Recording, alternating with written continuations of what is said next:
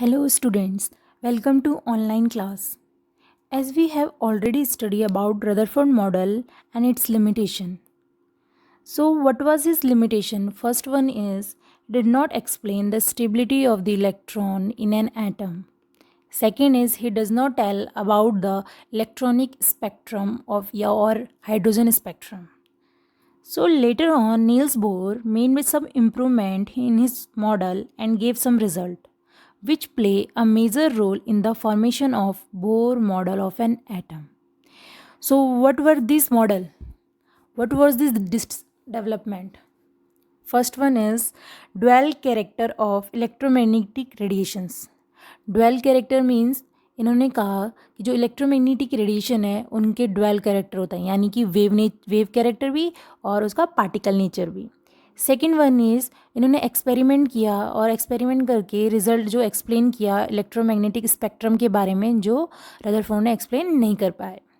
So let start from electromagnetic radiation.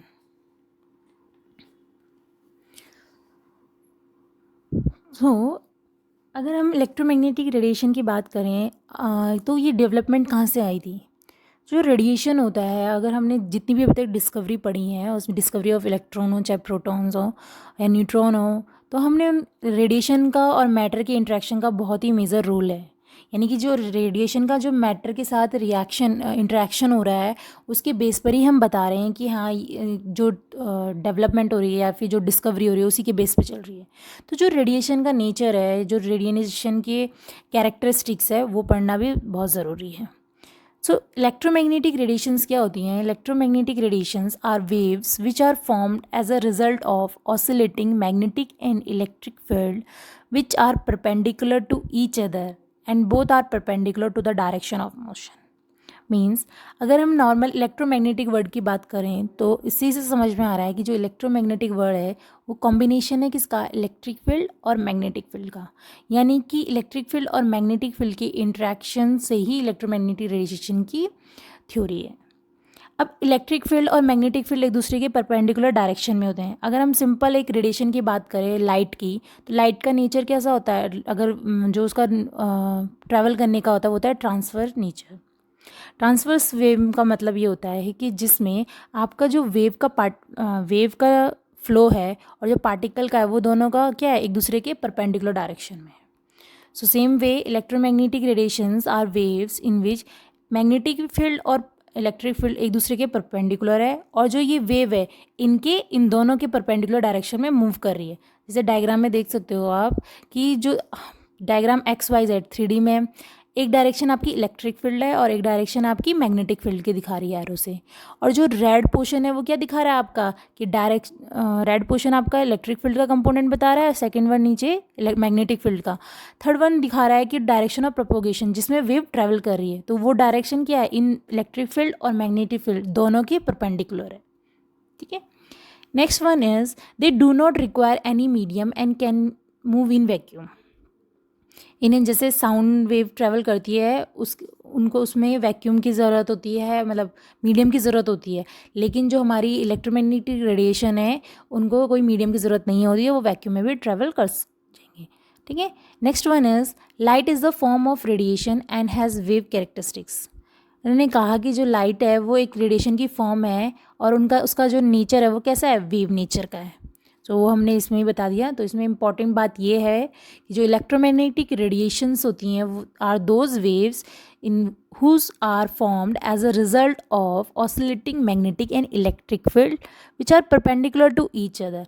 और जो ये वेव है वो दोनों क्या है इन दोनों इलेक्ट्रिक फील्ड और मैग्नेटिक फील्ड के डायरेक्शन के भी परपेंडिकुलर है. यानी कि तीनों एक तरीके से बोला जाए तो परपेंडिकुलर ही डायरेक्शन एक दूसरे के. ठीक है. So next is for better understanding there is some characteristics of electromagnetic wave. तो कैसे पता चलता है कि अगर हम क्या किस डायरेक्शन में हैं क्या टाइम पीरियड में कितनी लेंथ से कितना एम्पलीट्यूड उसने लिया तो ये कैरेक्टरिस्टिक्स हैं तो जिससे हम मेज़र कर सकते हैं किसी भी इलेक्ट्रोमैग्नेटिक वेव को. ठीक है. First one is amplitude. So amplitude is जैसे फॉर एग्जांपल अगर हम समझें कोई भी पार्टिकल अगर अपने नॉर्मल पोजीशन से कितना मैक्सिमम लेवल तक डिस्प्लेस होता है तो उसे क्या बोलते हैं, एम्पलीट्यूड। अगर आप डायग्राम में देखो तो एम्पलीट्यूड का जो एरो है, क्रस्ट एंड ट्रफ, आप फिजिक्स में से डीपली पढ़ोगे, क्रस्ट एंड ट्रफ पढ़ोगे, तो हम बताते हैं कि जैसे नॉर्मल पोजीशन कौन सा है, जो सिंगल लाइन ओरिजिन से होके जा रही है, उससे वो कितना मैक्सिमम डिस्प्लेस हुआ है उसे क्या बोलते हैं, एम्पलीट्यूड। तो यानी कि it is the maximum displacement of wave from its normal position, और it is the height of crest and trough of wave. Okay, now its unit is metre, metre में से हम मेज़र करते हैं। ठीक है, तो एम्पलीट्यूड क्या है हमारा, एम्पलीट्यूड बेसिकली द जो डिस्प्लेसमेंट होता है किसी भी पार्टिकल का अपने नॉर्मल पोजीशन से, जितना डिस्प्लेस हो रहा है वो, उसको क्या बोलते हैं, उस मेजरमेंट को, उस अमाउंट को क्या बोलते हैं, amplitude. Second one is wavelength. Wavelength is the distance between two adjacent crust and trough, means जो डिस्प्लेसमेंट हो रहा है, यानी कि जो डिस्टेंस है दो क्रस्ट और ट्रफ के बीच, या तो दो क्रस्ट या तो दो ट्रफ, अगर उन दोनों के बीच का जो डिस्टेंस है उसको क्या बोलते हैं हम, वेवलेंथ। ठीक है, तो जो वेवलेंथ का है आपका जो यूनिट है उसको एंगस्ट्रॉन में करते हैं, मेजर करते हैं। ठीक है, 1 angstrom is equals to 10⁻⁻10 metre. अब वेवलेंथ एंगस्ट्रॉन कितना होता है, नैनोमीटर कितना होता है, ये बेसिक्स यूनिट्स है, वो आपको लर्न करनी ही पड़ेंगी। ठीक है, तभी आप न्यूमेरिकल सॉल्व कर पाओगे। So next characteristic is frequency. Frequency is the number of oscillation of any point undergo per second. Means if you say अगर कोई भी पार्टी या कोई भी पार्टिकल या कोई भी पॉइंट 1 सेकेंड के अंदर या कितने नंबर ऑफ ऑसिलेशन ले रहा है, ठीक है, पर सेकेंड के अंदर कितने नंबर ऑफ ऑसिलेशन ले रहा है, उसे क्या बोलते हैं हम, फ्रीक्वेंसी। यानी number of wave passing through a point in 1 second, कितने पास हो रहे हैं 1 सेकेंड में, तो उसे क्या बोलते हैं, frequency. Its unit is hertz और सेकेंड इनवर्ट्स। ठीक है, हर्ट्स को जो सिंबल होता है वो होता है कैपिटल H और small z। Fourth is wave number. Wave number is the number of wave length per unit length. It's is just a representation here. Wave number क्या होता है आपका, जो लैम्डा होता है यानी वेव लेंथ होता है, उसका जस्ट क्या होता है, इन्वर्स होता है। तो लैम्डा की जो यूनिट है वो क्या है, मीटर, तो वेव लेंथ नंबर की कितनी होगी, metre inverse. Okay, next is velocity. The distance travel by a wave in 1 second is called velocity. जितना वेव 1 सेकेंड में डिस्टेंस ट्रेवल कर रहा है, यानी जितना वो चल पा कर लाइक तरीके से डिस्टेंस या चल पा रहा है, तो उसे क्या बोलते हैं, उसकी वेलोसिटी। ठीक है, तो वेलोसिटी की यूनिट क्या होगी, metre per second. One important point is here, in vacuum all type of electromagnetic radiation travel at the same speed. Means जितने भी आपके इलेक्ट्रोमैग्नेटिक वेव हैं, अगर वो वैक्यूम में है तो वो क्या है, एक ही स्पीड से चलेंगी, सबकी स्पीड एक ही होगी। वो क्या होगी, वो एक कांस्टेंट वैल्यू है 3 × 10⁸ metre per second. This is also called speed of light. यानी अगर लाइट भी इस मीडियम में ट्रैवल करी, वैक्यूम में ट्रैवल कर रही है, तो उसका जो स्पीड होगी उस वक्त क्या होगी, 3 × 10⁸ metre per second. Okay, so next is there is relation between velocity, frequency and wavelength. It is also very important for the competition exam and also for the home exam. इसके base पे बहुत numericals आते हैं और basic है जो ये formula आपको हर जगह यूज़ करना पड़ेगा। ठीक है, तो C = μ लैम्डा। अब आपका जो C है यहाँ पे वो क्या है, स्पीड ऑफ लाइट, म्यू क्या है आपका, फ्रीक्वेंसी, V नहीं है, ये म्यू है, म्यू पढ़ा जाता है फ्रीक्वेंसी को। Okay, lambda is wavelength. जो स्पीड ऑफ लाइट है वो क्या है, फिक्स है, 3 × 10⁸ metre per second in vacuum. अगर वैक्यूम के अलावा कोई और मीडियम दे दिया तो स्पीड ऑफ लाइट भी चेंज होगी, जो क्वेश्चन के अकॉर्डिंग होगा। लेकिन अगर नहीं दिया तो हम वैक्यूम में ही कंसिडर करेंगे, जो कि क्या होगी, 3 × 10⁸ मीटर पर सेकेंड। एक एग्जाम्पल देखते हैं, calculate frequency of radiation having wavelength 400 nanometre. हमें कैलकुलेट करना है फ्रीक्वेंसी की रेडिएशन की, जहाँ पे हमें वेवलेंथ दिया है 400 नैनोमीटर।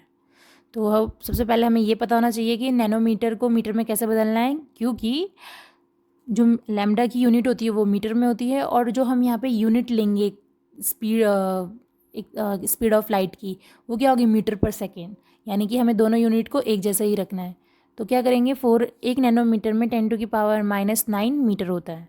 अगर हमारे पास फॉर्मूला है ही C = μ लैम्डा, वहाँ से हम म्यू की वैल्यू रख सकते हैं = C/λ।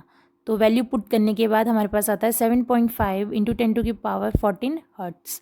सेकेंड इन्वर्स आता है। सेकेंड इन्वर्स आपको पता है सेकेंड इन्वर्स भी होता है और हर्ट्स भी होता है फ्रीक्वेंसी की यूनिट, लेकिन जो मोर एसआई यूनिट होती है वो क्या होती है, हर्ट्स। ठीक है। अब यहाँ पे अगर किसी बच्चे का 0.75 आते तो आपको साइंटिफिक नोटेशन से स्टैंडर्ड जो फॉर्म होती है लिखने की वो क्या होती है, 7.5 into 10⁻14 hertz. Okay, scientific notation आप फर्स्ट चैप्टर में पढ़ चुके हैं। Now next is electromagnetic spectrum.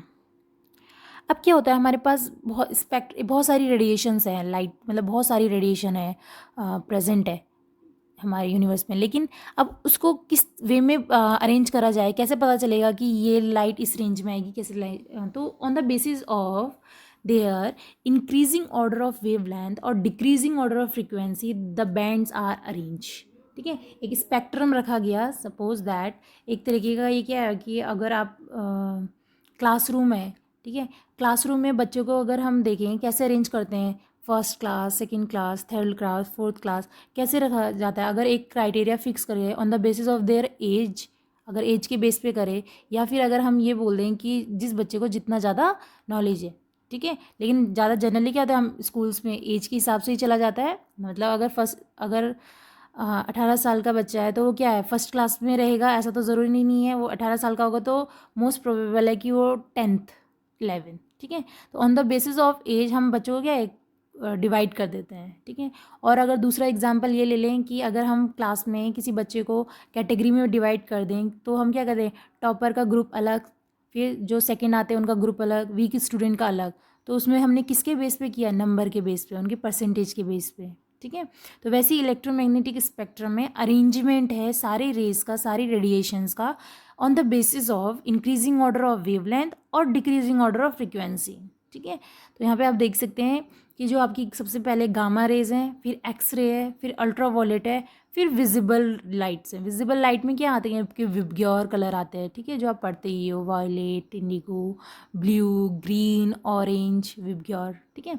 फिर आपका इंफ्रारेड है, IR रे है, फिर रेडार, FM, TV, फिर आपके सारे रेज आते हैं, ठीक है। तो ये क्या आप तरीके का आपका एक तरीके का अरेंजमेंट है जो एक स्पेक्ट्रम में रखा गया, एक लाइट का अरेंजमेंट है और फिक्स कर दिया गया कि इंक्रीजिंग ऑर्डर ऑफ वेवलेंथ या फिर डिक्रीजिंग ऑर्डर ऑफ फ्रीक्वेंसी, ठीक है। वेवलेंथ और फ्रीक्वेंसी दोनों एक दूसरे के इन्वर्स होती हैं। अगर आपको एक की फॉर्म याद कर ली तो दूसरे की याद करने की ज़रूरत नहीं है, क्योंकि दूसरा जस्ट उसका अपोजिट होगा। तो याद रखना सिर्फ increasing order of their wavelength. Okay, so this is all about your electromagnetic spectrum.